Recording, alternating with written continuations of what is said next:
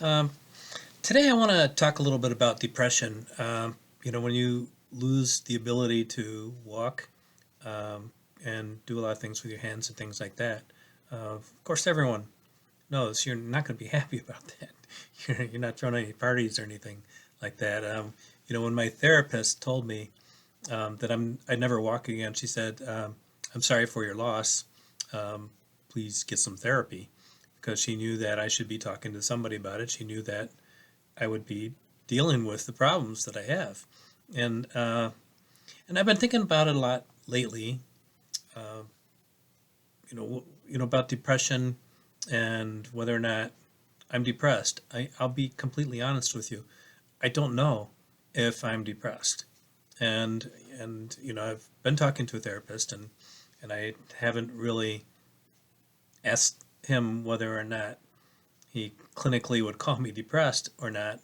But I don't think I was, I don't feel depressed. I don't feel like I have depression. I don't feel like I want to do anything to myself, and rid the planet of Norm or anything.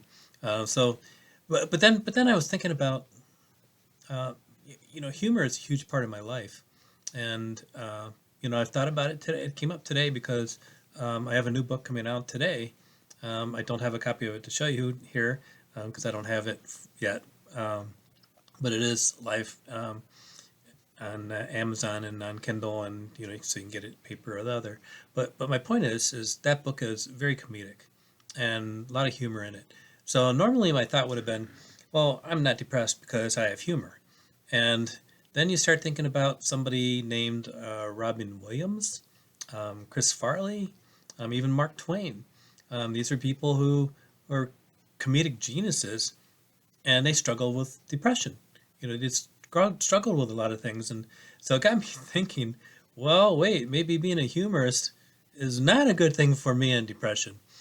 So I got onto a website today, and it's for Psychology Today, which I think most of us can trust. And they had a nice article about the different types of humor.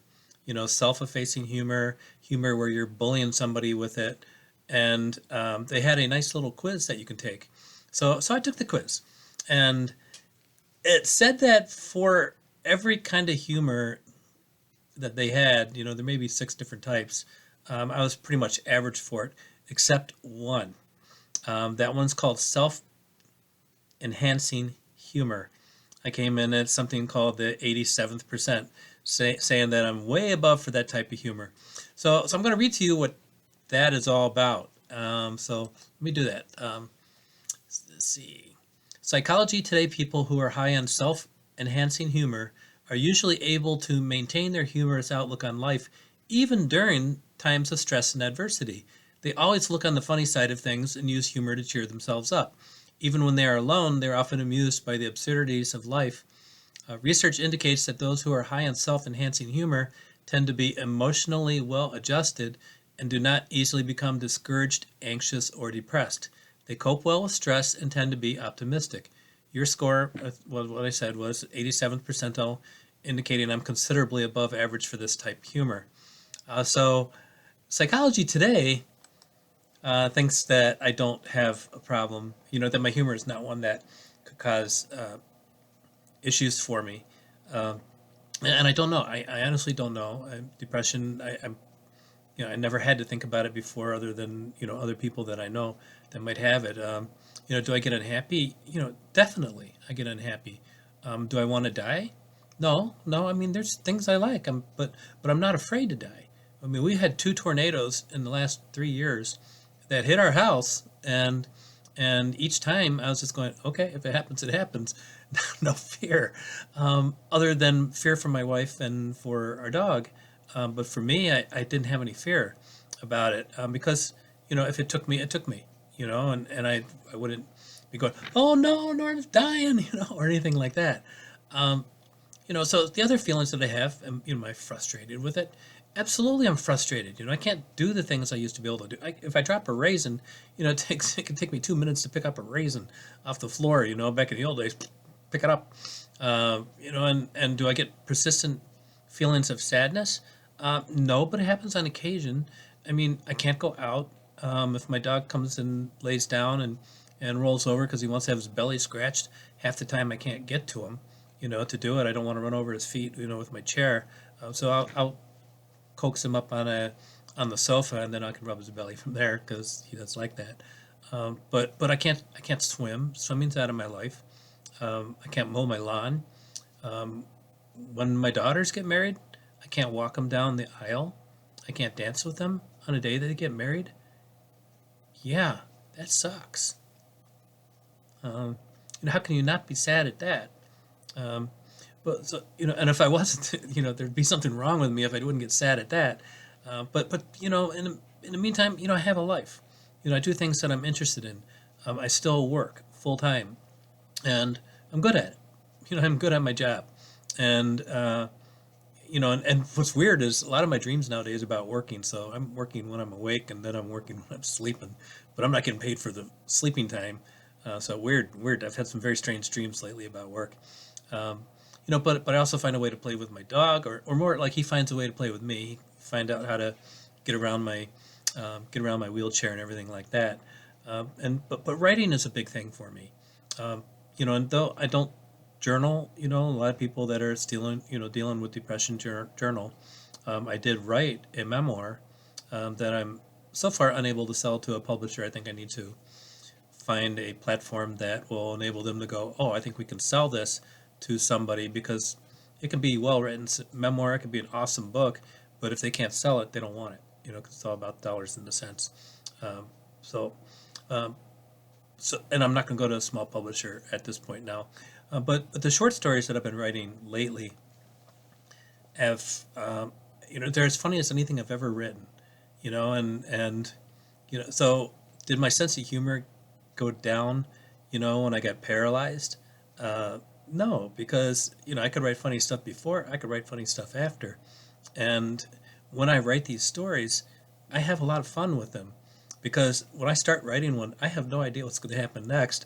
So sometimes I'll actually laugh as I'm writing something because I didn't see it coming, and it surprises me. And this book that's coming out really soon is called Cave Mannerisms, and it's a short stories about cavemen, but I also mixed some dinosaur stuff into it. And actually, the dinosaur stuff might have been even more of my favorite. But I'll give you an idea, like one of the stories. Uh, and this one had to do with a dinosaur, where a mouse uh, gets into a fight with a T-Rex. The big T-Rex, Tyrannosaurus Rex. And I stayed right with the physics on that. And this mouse takes on this T-Rex in a battle. And that literally could have happened. Physically, it could have happened. Everything that I had in there could have happened, assuming mice were around back in the dinosaur days. I didn't look that up. But it's fiction anyway, so if they weren't, then okay, it's fiction. But anyway, this is going to be my third book in just the last 5 months. I think I told you about my other ones. This was The Shadow. This came out in August. And this was Conundrum. And this is a kidnapping book. And the three books can be much different. The Shadow was about a boy who went to watch an eclipse, and when the eclipse went away, it took his shadow away from him, and his shadow comes to life, and now the boy doesn't have a shadow, so kids are upset with him, and the shadow finds out that it has enemies. For Conundrum, that's a kidnapping book, and that's about a guy during 2008 recession, and he lost his job, couldn't get a job, his wife left him, and then he kidnaps a kid just on impulse. And then when he kidnaps the kid, he learns that he can't return the kid on that. So those two books cannot be any different from each other. And Cave Mannerisms, where it's all wacky caveman stories they're based mostly on my previous book, Bonk and Heads, a caveman and woman story. But I had a lot of fun talking about humans and how women got their rights, the first governments that came around. So it's a lot of fun dreaming up what cavemen might have done back then. And who knows, this could be a true story, because, until we go back in time, how are we going to know that it's not true? So anyway, I come back to the point.